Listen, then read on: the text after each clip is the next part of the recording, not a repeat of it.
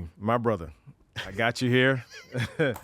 Man, it is, I've had a chance to really, over the last, since November, well, no, since, no, not November, 2022, August of 2022. Yes. You first reached out through our mutual friend, Jennifer, who, you were inquiring about writing a book, and then life happened. And we will talk about that a little bit further. The book is here. Yes. But we've connected. We spent a lot of time together. First and foremost, I just want to say thank you for being here. You're my brother, bro. And I love you so much love and respect and adoration for you as a man, your family, your son, bro. And I'm just glad that we get a chance. And I have the honor and the privilege to sit right here across from you to open up and give the world like your story a little bit more. So thank you, bro, for being here. Thanks for having me. Absolutely. Yeah. So, man, I want to paint the picture for people. We're going to walk through this journey and this story. You know, there's a lot here, Frank. I mean, we could probably sit here for days to talk about your story. I've heard a lot. I've been, we spent over the last few days, we've had some, I've heard more, I helped you with this right here, but I got a chance to hear more.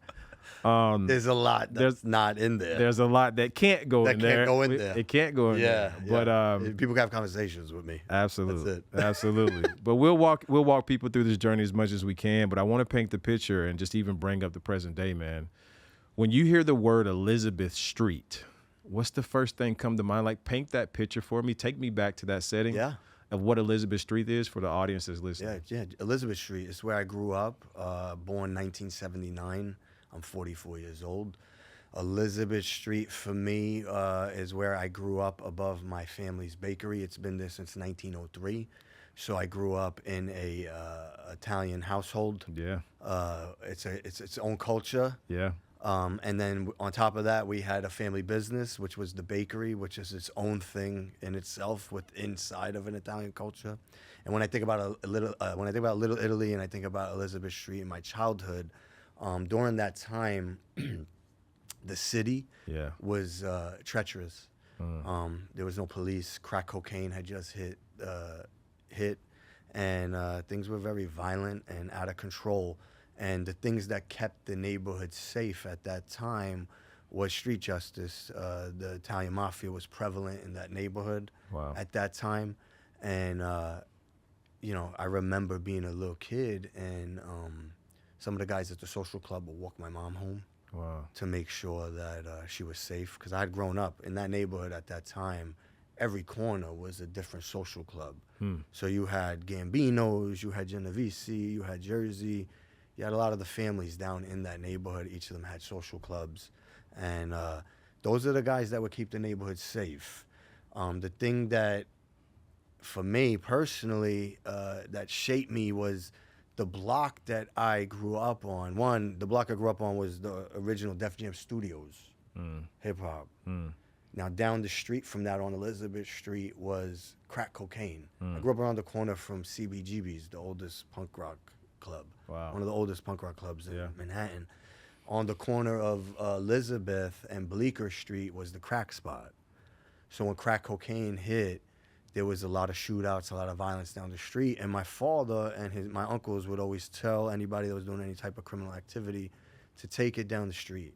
And if they didn't listen, we had a pile of baseball bats right in the front of the bakery, and they would give them the option to go down the street and do the dirt. But if that didn't happen, street justice was served. And as a youth, 4 or 5 years old, I would watch men literally get crippled with baseball bats. So the world that I grew up in, Elizabeth Street, was not safe.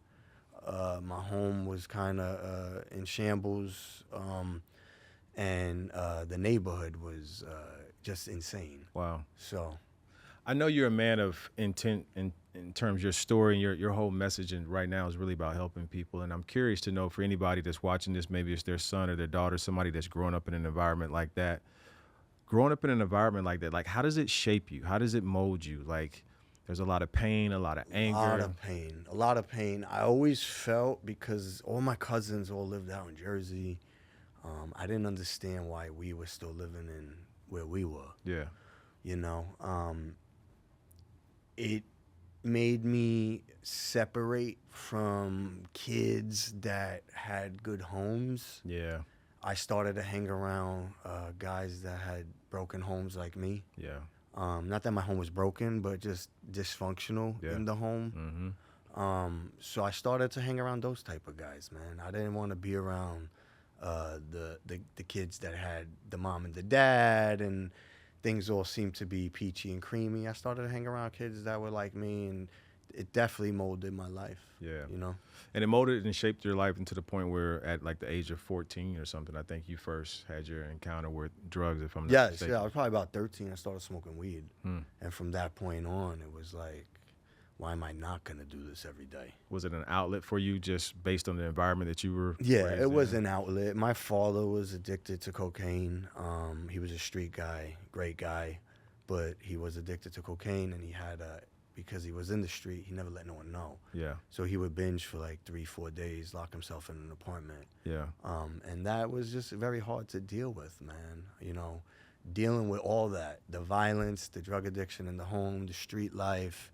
I was filled with a lot of pain. And when I found drugs and alcohol, it helped me to deal with what I had to face. Yeah, it was an 'Cause outlet. It was an outlet. And for Yeah. that, a young kid, you don't know how to process all this stuff. Wow. Was that like looking back at it, as it relates to like what was considered to be just your normal everyday life, did you understand at the time that that wasn't normal? No. I knew there was something abnormal about it because family members didn't have this. Yeah. But it became so normal Hmm. that it was second nature. It was like, this is what my life is. What was little Frank at the time? What was he like? Like, what was little Frank, growing up? What was he like? Like, what was he yearning for? Was he receiving the love that he necessarily wanted? Like, what was that? I think that, wow, that's a good question. I always felt, I mean, I felt loved. Yeah. I definitely felt loved, but I felt a hole.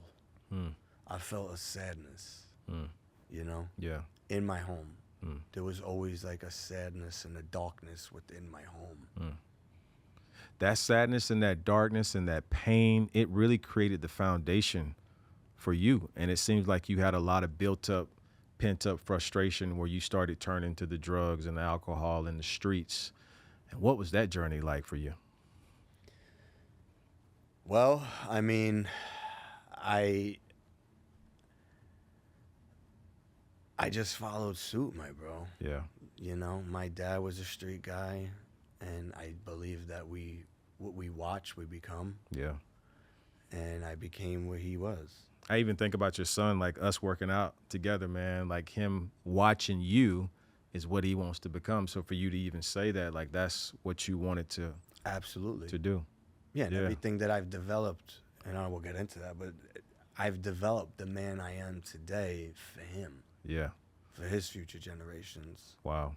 So walk me through the path, man. You turned to the streets, and the streets is always because I had family and friends that grew up and they weren't receiving the love or they was dealing with some pain and things like that. And it's like the streets welcome you with open arms, right? It's like you start turning to the dark side and things like that. And so you started this journey of just being on a wild journey. And that wild journey in that time like led you to some of the most turbulent times in your life, right? And you want to talk about some of those turbulent times and what you looking back at it, what are some of the things you learned from that experience? Yeah, I mean, definitely through the addiction in the street, man. Yeah. You know, I've learned a ton in life. Yeah. I've learned a ton through the streets.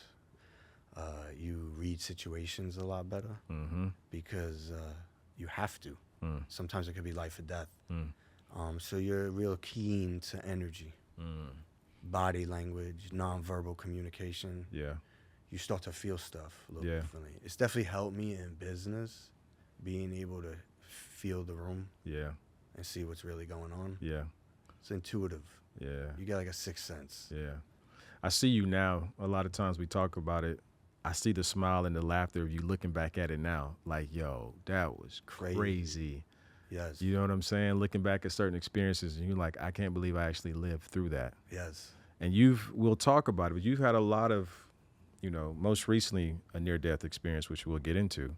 But just even in your world of the turbulent times, man, like that addiction led you to a point in time where you almost took your life too. You want to talk about that? Oh yeah. I mean, I knew I was better than what I was putting out, Yeah. you know, and I had so much pain from my life and my childhood that I just dug deeper into the drug addiction. I just went deeper and deeper and deeper into it just to numb out all the pain that I had gone through Yeah. and was still going through. But it just brought me down to the lowest of lows, bro, that you would never think. Like, drug addiction will change you and turn you into something that you never thought you would ever be. Mm. It will have you do things that you never thought you would do. Right. It truly turns you into a beast, and it takes you down a dark, dark, dark, dark, dark, dark road, and it brings all your loved ones with you. Wow. I think a lot of people in life, we all have our addictions, but we don't necessarily think about our other loved ones. You know what I'm saying? Like how our addictions can play a major role in affecting other people. And it wasn't until you got sober on your journey that you started to figure that out. Like, what was the catalyst or the thing that got you to the point of wanting to get sober? I was just tired. Yeah. I was tired of what I was doing. When you're in addiction, you're in a cycle of just addiction. There's no growth. Every waking moment is, how am I going to get this? And doing it.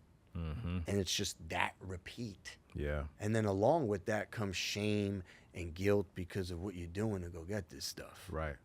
But most people wait until it's too late. You know what I'm saying? Like, we wait, and it may take 2, 3, 4 times before we actually want to seek to get help. Was there something specific that got you to that point that you were like, I just can't do it in 2004, I had already gone to, maybe it was, I don't know, my years have messed up, but it was 04, 05, 06, around there. Yeah. I had already gone to rehab twice. This third time now, I had overdosed on methadone and Xanax. Wow. So they shipped me back to a place in upstate New York that I had gone to two times prior. Yeah. And they told me that you could stay here if you want, but you need more long-term care. And they connected me with this dude down here in Texas. And I got on the phone with the guy, and he said, we're going to work on spirituality, and we're going to work on cleanliness. And I said, man, I don't care about any of that. Do you have a gym? Yeah. Yeah. I said, if you got a gym, I'll come down, because it was a three-month program. And he said he had a gym, so I came down. And I was like, you know what? If anything else, I'll get jacked for 3 months. I'll get into shape, and we'll see what happens. And that's what got me out here. It was really the gym got me out here, but it was being sick and tired of being sick and tired, bro. Yeah. I knew I was destined for greatness. I knew there was more that I could be doing for the world, that I could be doing for myself, for my family. And I just was not able to get the monkey off my back, bro. Right. I still had the darkness. It wasn't even the drugs and alcohol. It was that malady, that darkness within me, all that shit from childhood that I never dealt with. Right. That's why I was using the drugs and alcohol. Wow. That was just a symptom of the true causes and conditions, was that pain and that emptiness. Yeah. And that love that I really needed. I got love from my family, but it wasn't the way I needed it. Yeah. You know what I mean? How were you finding love on the journey up until then? Honestly, I didn't really have any. I had met my wife in high school. The angel herself. Yes. So we were dating, and she was it, man. Yeah. There was no love, bro. I think also, too, that coincides with love is like your outlet, as you just spoke about, was the gym. The gym. You know what I'm saying? And like, it's interesting, as we'll talk about today. And I'm trying not to give too much from the book because I know so much. So I'm trying to ask you different questions and just give the audience some foundation and context to you. But like, at the end of the day, like what you're getting ready to do now, looking back, like the gym saved your life too as well. It was an outlet of expression for you. Absolutely. Yeah. Even as a kid, I would train since like 13, 14 years old, because I went to New York City public school. Wow. And working out for me made me stronger. So when I would fight, I would start knocking kids out. So the pain of my childhood got me into the gym, because it was another outlet to release all that anger. I had no solution. I had no spiritual solution to what was going on in my life, in the external world. Yeah. And the gym would quiet that demon for the day. Yeah. You know what I mean? Yeah. I love that, bro. What was your first introduction to God? I mean, I went to CCD and all that as a kid. I got What is CCD? baptized. What is CCD? It's school in New York. Like Okay. I went to public school, so like on a Wednesday they pick you up. Well, they make you walk. You go to Catholic school Yeah. once a week. Yeah. So I got baptized. I got my confirmation, my communion, all that stuff. But I never had a true relationship with God until I went to treatment Yeah. back in 2006, and I actually worked the 12 steps, which started to form a relationship with me and God. Wow. Was that your first major encounter? If I'm not mistaken, Mark Houston was the person that introduced you, gave you some Correct. spiritual concepts to that, Yes, right? law of attraction, uh, take me through the 12 steps of Alcoholics Anonymous. Right. And I got to have an experience with that work. Yeah. And things started to shift in my thinking, in my energy, in my acting, Yeah. through the process of working those steps. I love teachable moments, and I love when there's moments of truth and vulnerability. And maybe somebody that's watching this may get to this moment right now, and they may be struggling with the dark, with the pain in their life in some kind of facet. And they've heard spirituality before, they've heard the 12 steps, but maybe they haven't gotten to that point. So, what is something that you would give somebody right now if they're watching this and they're just struggling? They're on the fence in some capacity in life, in some form of addiction. What would Frank say to them in this moment? Take action. Mm. You got to get off your ass and take action. Mm. That's number one. Don't worry about your feelings. Just start taking action daily. Have a vision for what you want your life to look like, Yeah. and then take the massive action daily to make that reality. Yeah. You have to make agreements with yourself, Mm. like a contractual agreement that you're going to show up in these disciplines every day until the vision becomes real. Do you think faith is on the first? First, foremost, Yeah. you have to have faith, belief, Mm. blind faith, belief that something's going to happen even though you can't see it. How do we get to that point of faith if maybe, and I'm just playing, I don't like to use the word devil's advocate, but just to kind of toss it out there, because I think you've encountered this so much in the people that you've helped. What if we just don't even understand what faith is? Like, we're just struggling with any sense of spirituality, and we're just trying to find our way, and faith is not a part of our programming and our conditioning. Mm-hmm. Like, how do we lean into trying to find and get the help that we need? Because we're just struggling. Like, You have to we're take- really fucked up, Yeah. you know? It's just taking action. Yeah. Your feet dictate your beliefs. Mm. You know? Mm. You're either going to live in fear or faith. It's up to you what you want to choose. Yeah. You know? Yeah. And it doesn't have to be all of a sudden you become this religious person. Yeah. It's just having a belief that something in the future is going to work out. It's like I walk out this every day. I walk out, I put my shoes on, I walk out the door. I believe that I'm going to come home. Yeah. I get on an airplane. I believe that this airplane's going to get me to the destination. I Yeah. get in my car and drive, and I believe. We all believe. Yeah. We just don't realize it. Mm-hmm. We all have faith that every day we wake up, we're going to go home and go to sleep and wake up again, right? Yeah. I always think, too, back to you even saying that, I know over the course of us getting to know each other, you've always talked about your why and how important that is. And for now, like, it's your son. But back in the day, even talking about the streets, like, they gave you some sort of why, right? Like the code of conduct, like just knowing how to move and shake. And I think a lot of those disciplines moved over and transferred over to your life of wanting to be better. Like, you became disciplined in another vertical, right? Absolutely. And so I think just a lot of people, they just struggle and they wait until it's too late. And sometimes people just don't have it in them to take action. Like, they can be the best procrastinators. They can be the most disciplined, lazy people. Mm-hmm. But when it comes to like wanting to fix your life, people struggle. Mm-hmm. And I know, Frank, you've had a chance to live in the complete dark and you've had a chance to live in the complete light. Mm-hmm. And so for you, it's really all about taking action, which I love. Every day. You know what I'm saying? Discipline doesn't care about your feelings. Yeah. You have a vision, you make agreements with yourself, and you show up in those agreements every day, no matter what. Mm. No matter how you feel or what your mind tells you or what your body's telling you, you show up in those agreements every day. You take the action and then see what happens with your life. Mm. Because you'll start to create. And that's Yeah. what we are. We're creative beings. Yeah. We're here to create. Yeah. And as you start to create, you'll start to see how abundant your life becomes because you're starting to actually become part of the life. Yeah. You're packing things into the stream of life. Yeah. You're having a vision that's becoming a reality. That's the most beautiful part of this whole human process, I Yeah. feel. Yeah. Why was it so important? And I don't say why was it so important. What did sobriety do for you? Changed my whole life. Yeah, talk about it a little bit. One, I was no longer in the cycle of addiction. So now I was in the cycle of growth. Yeah. So when I finally surrendered July 31st, I said, that's it. I looked myself in the eyes. I took full accountability. Doesn't matter all the bullshit that had happened to me in the past. I took full accountability for where I was in my life at that time. I looked myself in the face and I said, you put yourself here.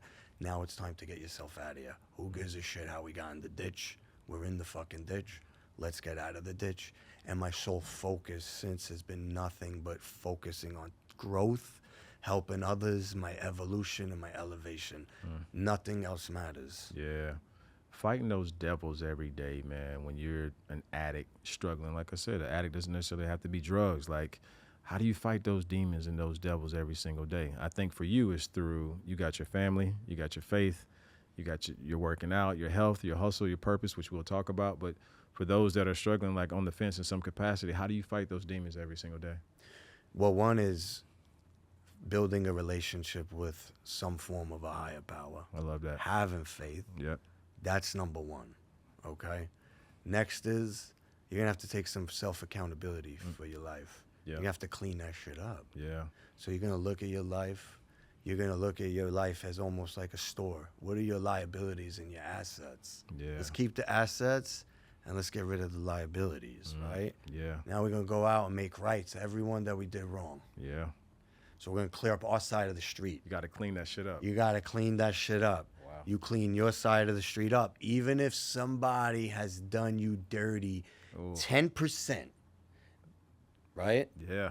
And you did them dirty 90%, okay? I don't care. You got to own 100% of your 90% and leave the 10% of what they did on the side. How do you clean it up and make amends to that? You got to go to them directly and tell them what you did, how you've harmed them, and what can you do to make it right, and be willing to take the action to make it right. Whew. That's tough. That's tough. freedom. Yeah. That's freedom, I and like that's that. keeping your side of the street clean, so that I never have anything when I go to sleep like, do I owe this apology, or did I do something wrong to somebody that I need to clean up? I want to go to sleep knowing that I put 110 into my day and that I don't owe anybody an amends. Did you ever see? There's one more piece to all this. Go ahead. Yes, The sir. most important thing is, after we make these amends, continue to observe self. Wow. Constantly observe yourself. And then, like I say, every morning I start my day with prayer, meditation, intention. And then I end my day in reflection. Wow. So these are action steps that we take to slay these beasts. And then the most important thing through this whole process is teaching the next man that. And that's how you slay the beast. Wow. Speaking of slaying the beast, did you ever see slaying the beast as some sucker shit? Like as if like now I got to go out here and make amends? That goes against the No. code of conduct or street law? Like, did you ever see that? No, because when I started the process of growth, I started to look at belief systems. That's good. And a lot of the belief systems that were implanted in me were never mine. Ooh. So it's like creating a whole new blank canvas of what is your belief systems. That's because good. like your name's Brian Johnson, but Yeah. that's not. Someone gave you that name. 100%. Someone gave me my name, Frank Parisi. I'm not Frank Parisi. Yeah.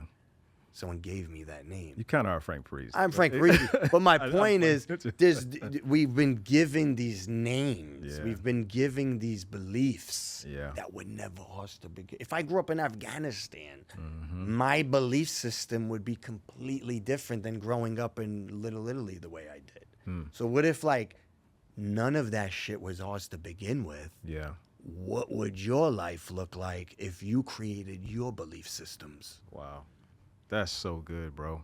I mean, because as a person that grew up in Alabama, rural Alabama, being programmed and conditioned, we all got, wherever we grew up, those belief systems are so powerful. And still to this day, I have to pretty much cleanse that belief off of me. Like I'm like, no, this is Skipperville mentality. I got to get away from that. So how do we get out of that? Yeah. That's the question, How right? how do we get out of it, Frank?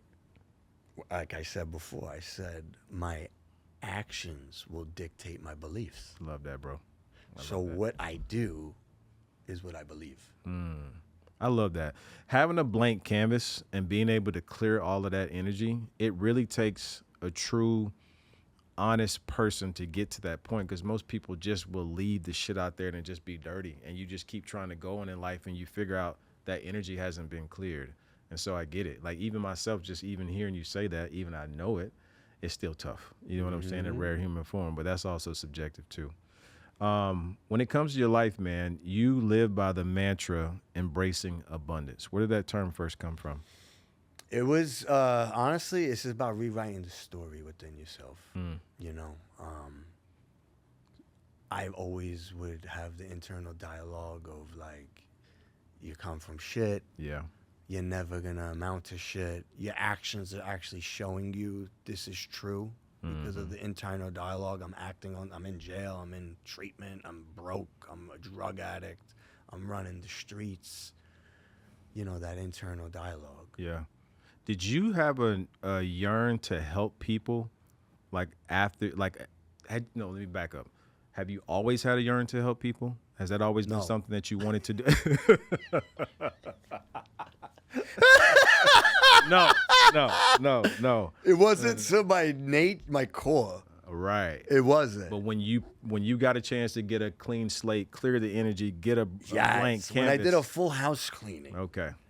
And then I started to pour into others, I saw this is my purpose. Right. Because embracing abundance would have never been a term that you would have even used prior to that. Never. When I was I've had lived many lives within my life. Yeah. I've been a different human being within this journey of my life. Right. You know? But that's the beauty of it, is that as we focus on growth and evolve, things start to change. Yeah. And like I went from this guy that would take from you everything to now I'm going to give of me everything. Wow. Through the process of growth. Because it's not just the 12 steps, 100%. Brian. Yeah. I'm a growth, 12 steps foundation for my recovery. Yeah. But there's more to life than just recovery. Without recovery, I don't have a life. Yeah. So that's my foundation. It's like my cemented foundation. But I learn from people. Yeah. I learn from books. I love learning from winners in all areas. So if I want to get better in a specific area, maybe I'll pay a mentor, or I'm going to brush up against somebody that I'm trying to be like. Yeah. You know? Wow. So who is Frank Parisi today versus Frank Parisi before he was sober? Oh, man, Frank Parisi today is a proud, loving, caring, devoted husband, father, friend, businessman. I'm just a high vibrating connector, helper, protector. The old me was evil, hurt, sad, scared, violent, angry man. Wow. So complete opposite. When we focus on God, when we focus on family, Yeah. when we focus on our health, when we focus on our hustle, our business, we step into our purpose, bro. Wow. Speaking of stepping into your purpose, within the last year and some change, you've had, well, coming up on a year, you've had your purpose altered. Yeah. The old you had to die in some form, shape, or fashion. Yes. In May of last year, as fit and as healthy as you are, successful, loving on your family, really the shit is behind you, you have a scare. You have a cough. Want to talk about that and take me through that experience? Yeah. So last January, I developed a cough. I had gotten sick, and the cough lingered. And I was traveling around the country. I was in Miami, California, and New York, and the cough persisted. So I'd gone to several doctors. They kept telling me it's allergies. They were giving me allergy medicine. Went to another primary care physician. They told me it's allergies. I said, it's not allergies. I've been traveling around the country. Yeah. There's something else going on. Started to lose weight. Months are going by. The cough's persisting. I go to a gastrointestinal specialist. They rule out everything. I'm fine. I have a pulmonologist appointment and a cardiologist appointment. I go to the pulmonologist appointment. They do a bunch of testing on me. They tell me I have the rarest form of pneumonia called organizing pneumonia. It's going to take 6 months for it to clear up through high-dose steroids and antibiotics. So I canceled my cardiologist appointment, which was a week later, because the pulmonologist, who's a specialist, just told me that I have this pneumonia and we're starting to treat it. Yeah. So they start to treat it and it gets worse. So we call them and we tell them now, my symptoms are getting worse. I'm being more fatigued. I can't eat. I feel like I'm dying and I'm coughing up orange stuff. Ooh. So they give me more medication. That was the solution to that. On May 8th, I coughed up a half a bottle of Gatorade, all blood. And that morning, I went to the doctor in Bell Scott and White in Lakeway, and he admitted me to the hospital that evening. My wife had to go get my son, be with my son that night. So I'm in the hospital by myself, and they don't really know what's wrong with me. They think that I have sepsis, so they treat me with sepsis and just pump a bunch of fluid into my body, which made me even go more down. Wow. I felt more sick. One of the nurses missed my arm, missed the vein in my arm, and put the wrong pick in. So the medication that she was putting in my arm infiltrated my arm and created this giant blister, which I had to then go get skin graft surgery. At that time, another doctor walks in and said, this guy doesn't have sepsis. He's got 9% heart, and his kidneys and liver are failing. He needs to be rushed to Temple, Texas to save his life. Wow. So that was crazy to like wake up that morning. I knew I was very sick. Yeah. And I felt like I was dying, but You were. I was dying, but Yeah. nobody believed me, and I was believing them that I wasn't, because the medication, the high-dose steroids that they had me on, like mimicked like heart attacks, which is like what I was having in panic attacks. Wow. But I was literally just having like heart attacks and unable to breathe. So it was just like this place of like, where else do you have? You better have God, because you're alone. Wow. It's you and God. There's nothing else. No one's saving you. What are you going to do in that situation? Because that shit comes for all of us. Yeah. It just came for me early and I lived. Wow. But it comes for us all. And I was talking about keeping your sword sharp.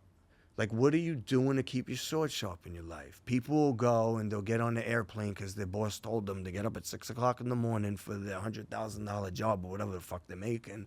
And they're going to go leave their family and do whatever the fuck their boss tells them to go do. But what are you doing to keep your sword sharp when this shit happens? Yeah. What are you doing to keep your sword sharp when this shit happens? Is your family taken care of? What are you doing to keep your sword sharp? Is everything taken care of? Yeah. Have you developed a man that, like, when you leave, is everything taken care of?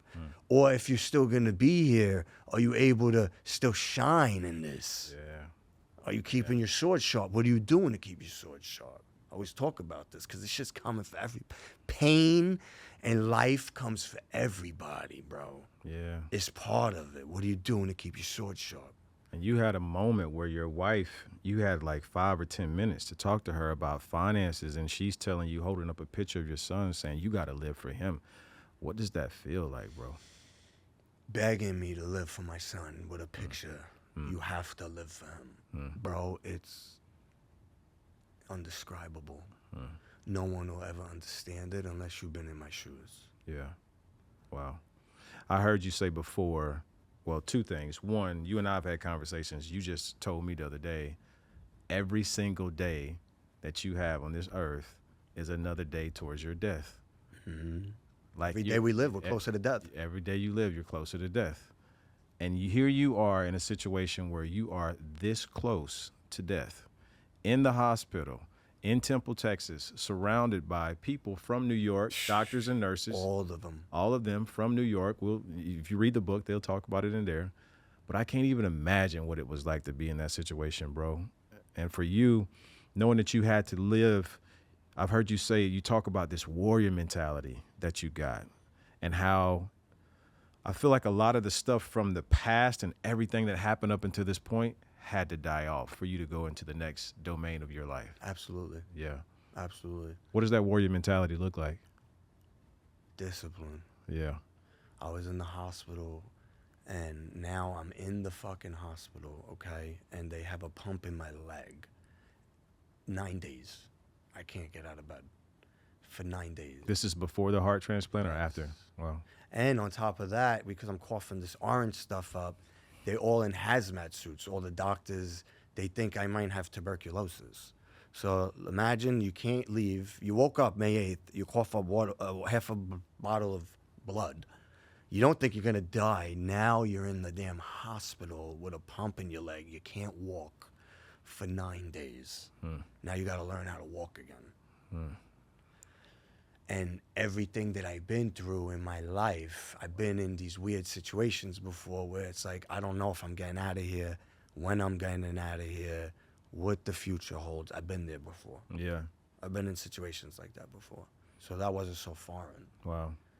You know, I was always the kid that had to fight through everything. I was a smaller kid, always having a fight. I've been in situations like this before.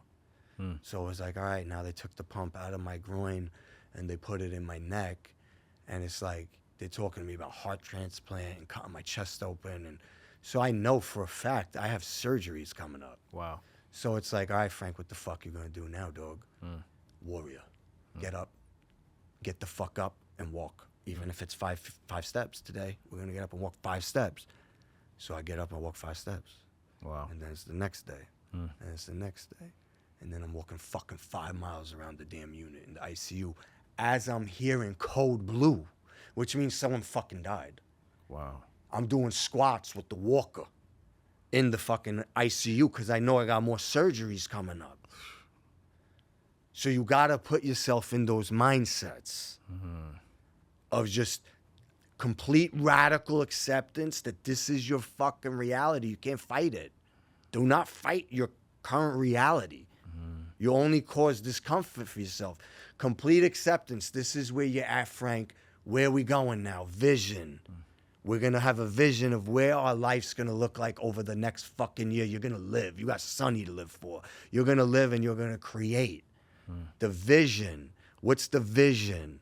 And I just stuck to that. I looked at my son and I kept having a vision of what my life was going to look like, despite all the fucking crazy shit that I was going to face. Despite all the crazy shit that I was going to face. Wow. 9% heart, and here you are, got to have a heart transplant. The heart transplant gets ready to happen, and you have an out-of-body experience.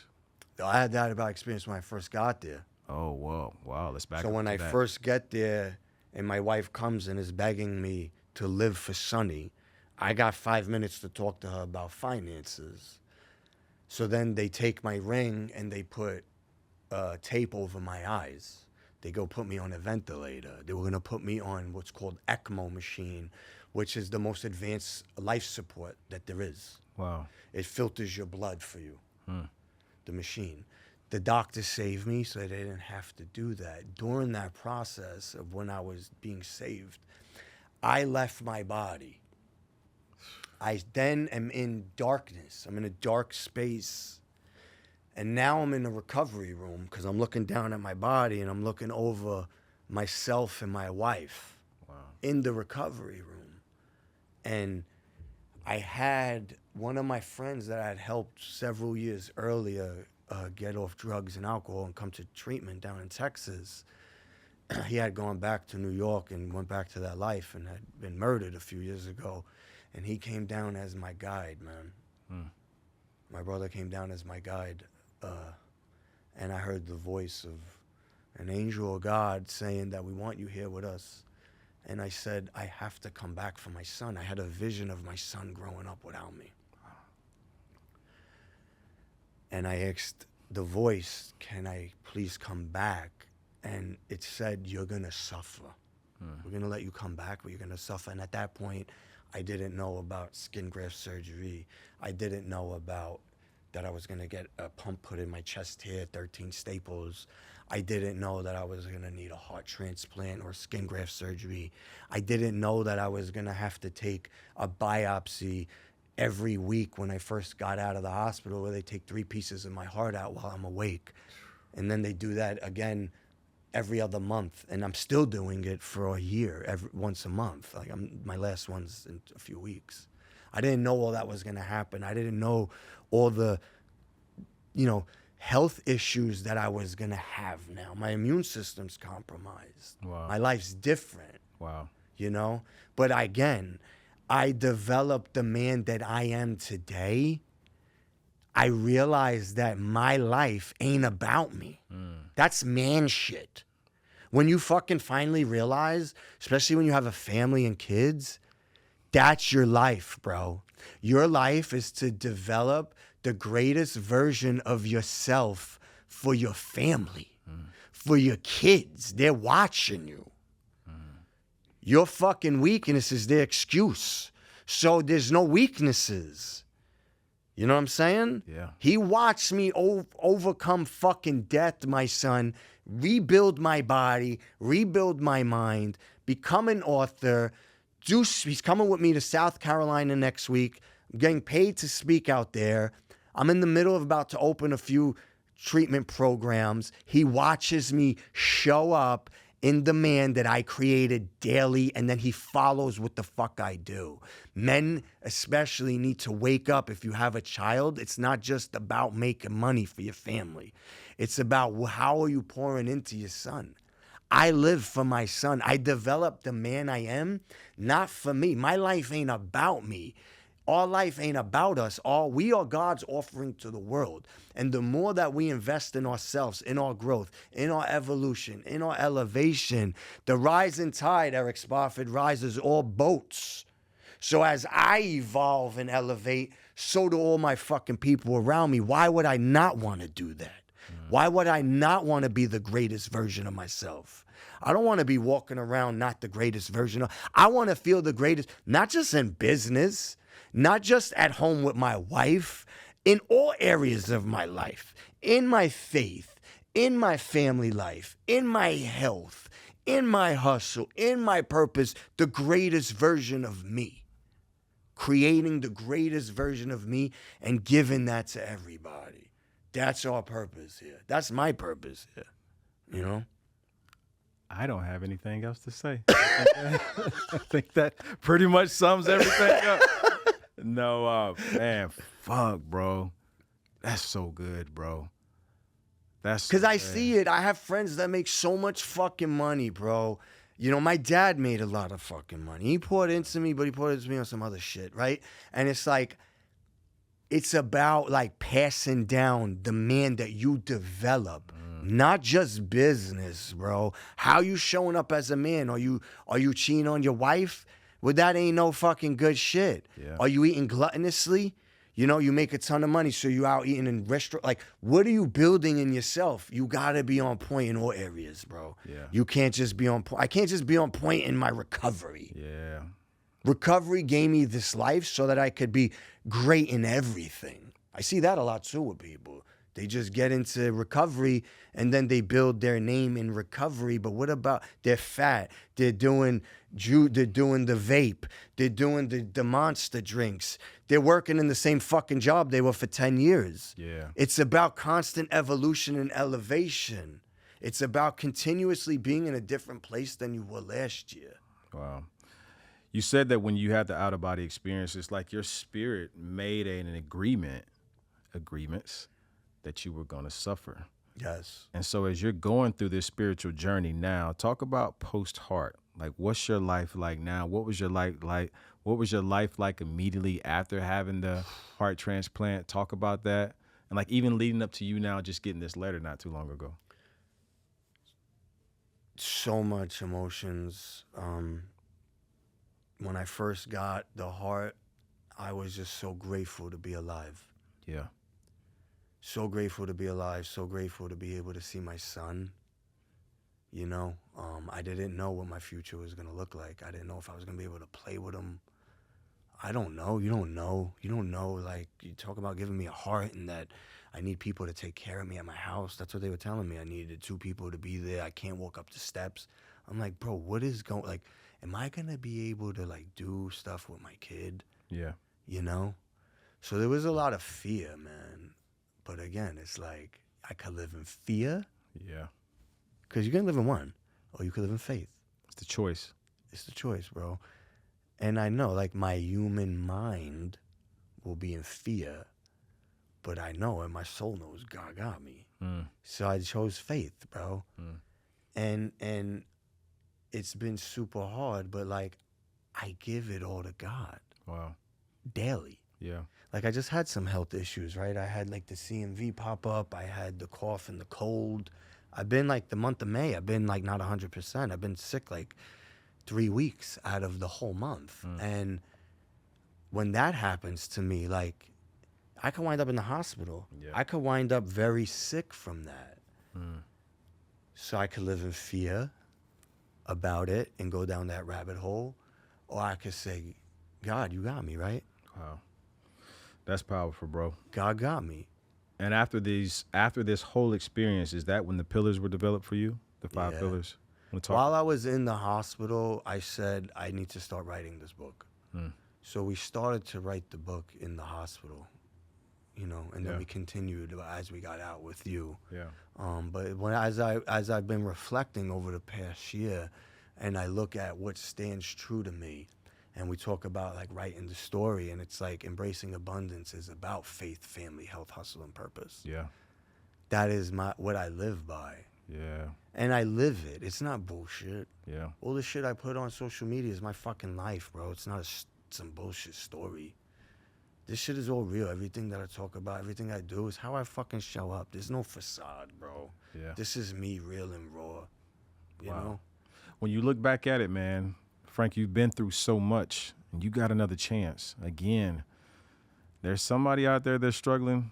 Man, maybe they're not at this point, but you got another chance. Like, what's your message now? What has your message become that you just live and stand by? It doesn't matter where you start in life, bro. I come from I should not be here. Oof. It doesn't matter where you start in life. Because I started at the goal line, bro, and I scored a fucking touchdown, okay? And it doesn't matter what your current circumstance is, because as I scored the touchdown, then I went back to the goal line again. Yeah. Wow. But I'm scoring another fucking touchdown. So my message is, it doesn't matter where you start in life or what your current circumstance is. Have a vision for your life.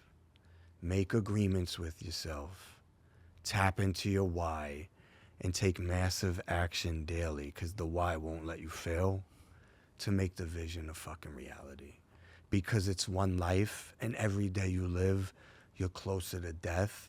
So go create, go love, go live, and go embrace all the abundance this world has to offer. And we do that through creating, I believe. Wow. I love that. Yeah, we're creating every day. We're creating right now. Right now, every day we're creating, bro. Wow. I created my body.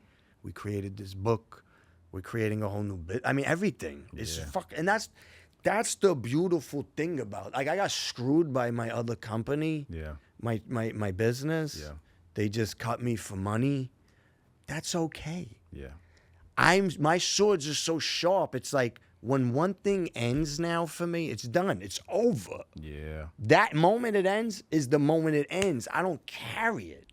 My focus is growth, evolution, and elevation, creating. And growth is not always comfortable Never comfortable. at all. I mean, literally, I lost all of my income due to greed of others. I lost my heart this year. Wow. I've seen a lot of friends not show up. Wow. So I've lost friends this year. But my swords are sharp, bro, and I keep creating, I keep evolving, I keep elevating, and that's all part of the process of life. Yeah. There's seasons of shit. This was my season. This is my season. You know, a lot of people ask me, well, what are you going to do? And what are you doing? It's like, I fucking died last year on fucking May 8th. Yeah. I'm living. That's what I'm doing. The problem is most people live in here, or they're so attached to the external world or their job. They don't even know who the fuck they are without all this stuff. Yeah. Like, who are they? Yeah. What is your purpose outside of your work? What am I doing? I'm enjoying this moment right here. I'm enjoying every second with my son. Yeah. Every moment. I'm about to celebrate a year out of a heart transplant. Wow. I just got my donor's letter. I got to find out that it's a woman that Young is woman. in me. We're all connected. I mean, how crazy is that? I have a young girl's heart in my chest keeping me alive right now, bro. I mean, how beautiful is that? How fucking beautiful is that? People need to wake up to the beauty of life. Yeah. Every day. Every day I wake up with a new woman. Even though I've been married for, I don't know, I've been with Kathy 30 years. I wake up with a new woman every single morning because I've never experienced her in that moment. Wow. And I don't think people wake up to that. She's experiencing a new you every day too. But most people go through their life and they don't really take in. Yeah. They don't take it in, man. Yeah. The beauty of, like, what if this was the last time you get to listen to your favorite song? Do you think of that? I do. Wow. I think, like, sometimes when I'm hearing music, man, I'm taking in this song because maybe I might not get to hear this fucking song again. I like that. That means that we need to be more present in life. Mm-hmm. We're Like so tonight, distracted. Tonight, the Dallas Mavericks play and the New York Rangers play. I'm going to watch both of them with my son and be present in the moment and soak it in. Yeah. You know what I mean? We live so much in here, bro, in the mind, and we don't ever live in the moment, you know? Wow. I love that, man. Listen, this is so much. We could keep going. I want to get in and talk about the book a little bit and the 5 pillars, and you've kind of talked about how they came about, but I just want to go through them real quick and just how the audience can really use and utilize these pillars for their own life. So I just want to start with faith. Like, what does faith mean to you? What does faith mean to those that are reading the book, Embrace Abundance? Well, for me, faith, first of all, let's just be honest. We're on a ball of mass in space that rotates around this thing called the sun. And, like, I mean, come on, bro. Like, you don't believe that there's something greater than yourself on this universe? You know, that's pretty small-minded of you to think, if you think that there's nothing. And faith, for me, it just makes things a lot easier. Yeah, bro. I don't have to worry. The only thing I worry about right now in my life is, like I said, my evolution and my elevation. Yeah. I focus on my growth. The rest is in God's hands. I could only work on eating well, right? Exercising, getting enough rest, taking my meds, making sure I'm getting my sun, making sure I'm doing my meditation and all the things to help me to vibrate higher. Yeah. All the other problems of this journey, my health that I don't have control over, is in God's hands. Wow. Why do I want to burden that? Besides the fact that I know for a fact, a lot of us have ideas of afterlife. I know. Wherever I went isn't here. You're not Brian and I'm not Frank. We're just human beings, right?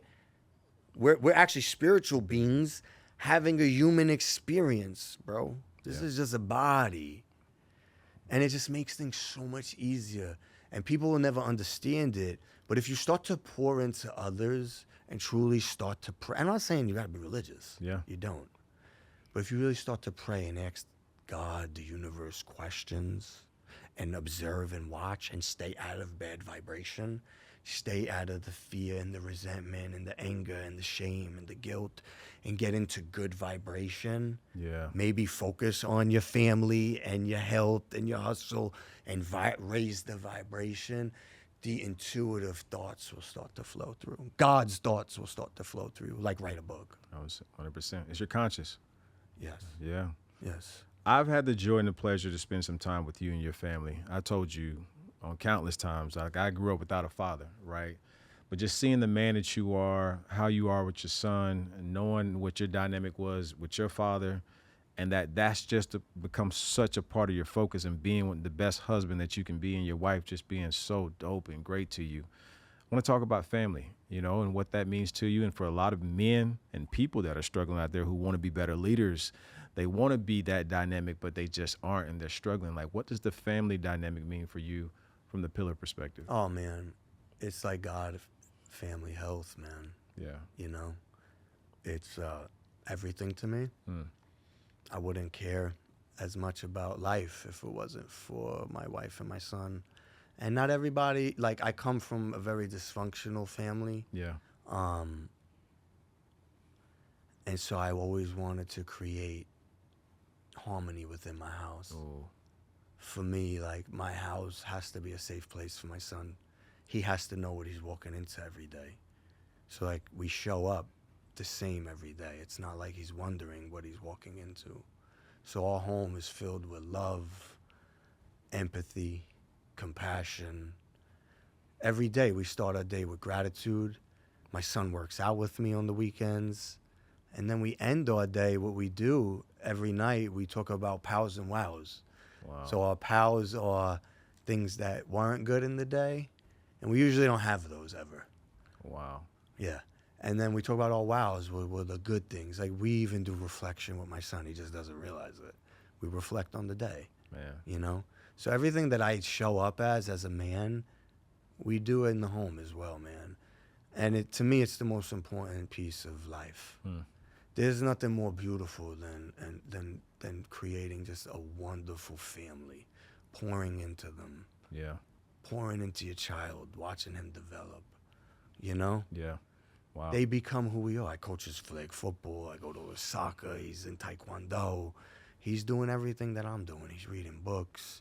He's creating business plans at 7 years old for imaginary sporting events that he's holding. I mean, the kid just does what we do. Wow. But you have to be present. You can't be the half the time dad, because then others are going to influence your child. Wow. Others will influence. You have a very strong and powerful and dynamic person by your side, man, who aids you in this journey. When it comes to the family dynamics and your wife, like, just talk about what that means to you. And oh man, listen, you find a good woman, you go wherever you're gonna go a lot faster. She's just been an angel in my life. She's been a rock. Yeah. A partnership like that, man, is just one of the most beautiful things on the planet. Wow. Yeah. The woman is just an angel in my life. They said, the Bible says when a man finds a woman, he finds a good thing. You got to find the woman first. That's right. Yes. You got to cultivate the experience. Yes. Health, man. Health is something that it's not just about preaching or teaching, and you live it. And it's not just about your physical well-being. It's the holistic aspect of health. Talk about health for you. So health for me, one, definitely physical health is most important. Health is wealth, right? So it's not just about working out. Working out is a huge part of it, but it's 20% of your health, right? So I'm in the gym 6 days a week, an hour and a half, 2 hours a day. But health is not just about physical activity. It's also about the foods that we're putting in our body. So I've always eaten healthy. But after everything that happened with my transplant, now we cook literally probably, I eat about 28 meals a week. We're cooking like 26 of those meals. Wow. And we're cooking with no salt, low cholesterol, low fat, all healthy, nutritious meals. But health is not just about that. For me, health is about auditing your circle constantly. Yeah. It's about the people that are in your life are going to play a major role on your mental health. That's not just your physical health, but your mental health. So constantly auditing the circle, making sure that you're walking with people that are walking the path with you, okay? Your health is also, what is the type of music you're listening to, Yeah. right? Yeah. Right? We could get influenced by the music we listen to. Yeah. You and I were just talking about that. We were just talking about it. What about TV? Yeah. TV shows, news. Are you watching the news? Are you going down negative vibration? right? The conversations we have, the books that we read. This is all part of our health, right? Yeah. It's also the physical, but it's also embodies everything else too. Absolutely. And what about hustle? I mean, you get it. You got it out of the mud, bro. Yeah, I've always been a hustler since I'm a kid. I used to sell baseball cards, work in the bakery. I've always generated several streams of revenue. Even now, when I just got my head chopped off over greed, I still was in hustle mode. I was writing a book. I was doing speaking. Yeah. I'm already in the process of looking at other properties to open up some other treatment programs. The hustle doesn't stop. Yeah. When I was in the hospital, I was still putting people in the treatment. On my deathbed, I was working and helping. The hustle is part of who I am. I love it. Wow. And as a man, I believe it's our duty to go out and make things happen for our family. Yeah. You know? And then the final one, which is the crescendo of it all, is purpose. Yes. You know. Yes. Speak My on purpose is my why. It's my family. Once you step into your purpose, you embrace all the abundance. My purpose is helping the masses to elevate and evolve through hopefully my book, my journey, my coaching program, whoever joins that. Yeah. I just want to elevate people. That's my purpose for as long as I'm here, is to continue to get better in all areas of my life, to pass that down to my son and to others that are looking to level up. Wow. That's my purpose, man. It's always been to help addicts and alcoholics, but now that I've been through what I've been through, I feel I could reach the masses, bro. Yeah. You know, I've become successful in life. I come from nothing.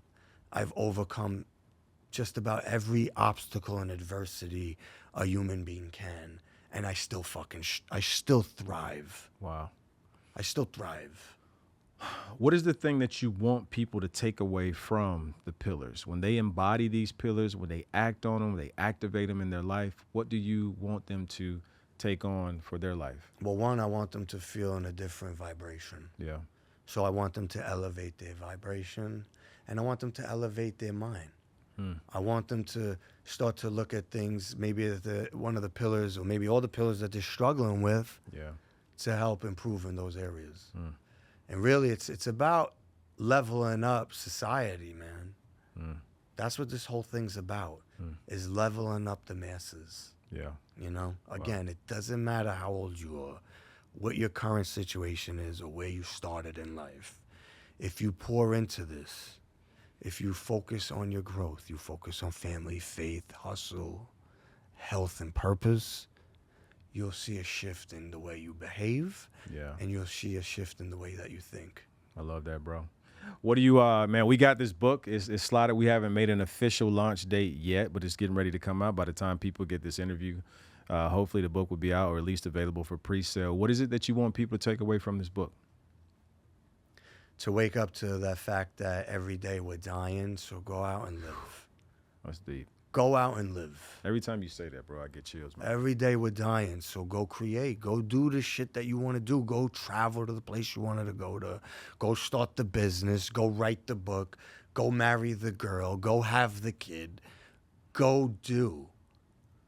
I always say, when we do stuff, stuff happens. When you don't do nothing, nothing happens. Or if you do the same shit's going to happen. You got to keep that energy and that momentum Yes, going, bro. keep it going, bro. My last question to you, this has been a treat for me. It's been dope, bro. I love you. And I just love you too, bro. And I just want to say to you, man, like, I know this may sound a little bit morbid, but you and I have had so many talks, and you're so adamant about, listen, I'm so present in the moment because I don't know if the next moment is promised. And based on that, with that being said, not knowing if the next moment was promised, what would be Frank's final word? If you right now knew that next moment wasn't promised, what would be your advice to the world?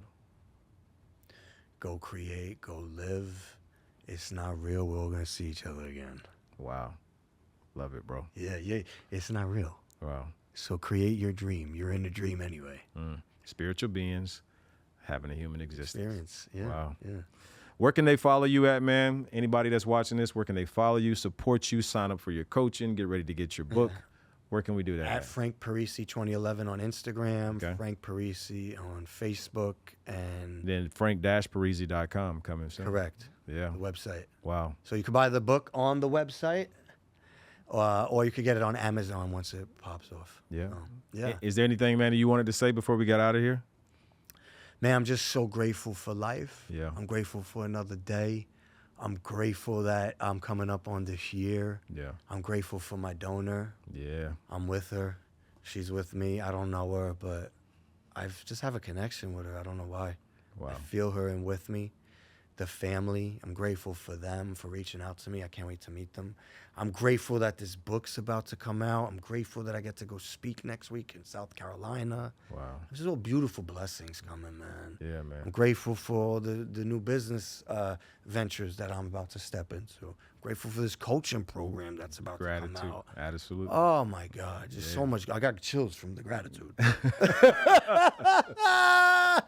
I got chills from the gratitude. Man, listen, bro, I love it, man. But listen, live your life. If I'm dying, the last thing I'm going to say is I love everybody so much, everybody that been there. Pour into the people that pour into you. And this is a fucking dream, so go create the dream that you want because you're living in a dream anyway. Wow. Well, the man whose shirt I have on, I think if you can see it, the camera, it says, I have a dream. On That's the back, right. There's no coincidence. All right. And there's you're no BJ the coincidence. Dreamer. So here we go. Oh, my brother, I appreciate you. Everybody give it up for the man, Frank Parisi. Hey, we love it, man. Thank you so much, I love bro. you, my All right, I bro, love you so too, much, bro. so much. Absolutely.